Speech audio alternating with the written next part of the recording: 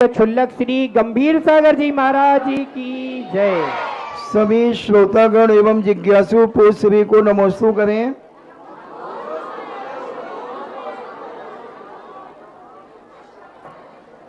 नगर से पूछते हैं, नमोस्तु महाराज जी। शांतिनाथ भगवान गृहस्थ अवस्था में अपने आश्रित 32,000 मुकुटबद्ध राजाओं को जीतकर अपने अधीनस्थ किया था। इस तरह इनकी गृहस्थी अवस्था में महान अभ्युदय तो था, बाद में अंतरंग तप द्वारा अंतर्मुहूर्त में केवल ज्ञान आदि महान अभ्युदय प्राप्त किया। दोनों अभ्युदय में क्या अंतर है? अभिनय पहले तो गृहस्थ अवस्था में 32,000 राजा मुकुटबद्ध को उनको जीता और फिर मोक्ष रूपी अभ्युदय प्राप्त किया। दोनों अभ्युदय में क्या अंतर है? अभिनय तो था ही नहीं, यथार्थ था। उन्होंने पूर्णबंध किया था।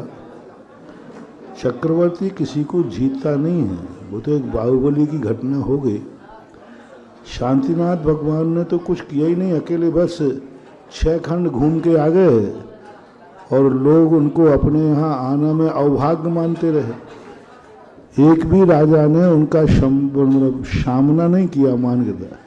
सभी लोग अवभाग्य मानते थे।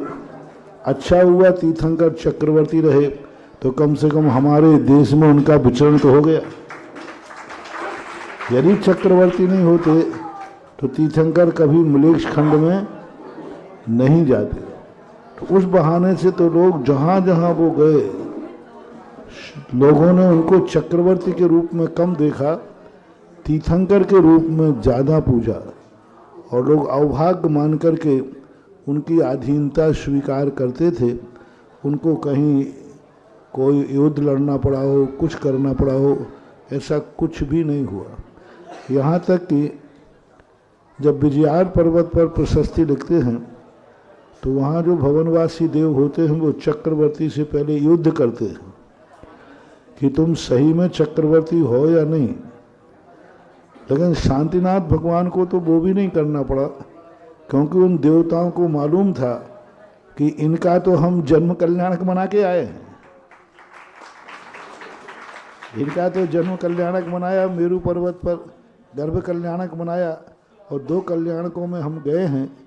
तो वो तो अपने आप को भाग्यशाली मान करके और कार्य करते हैं।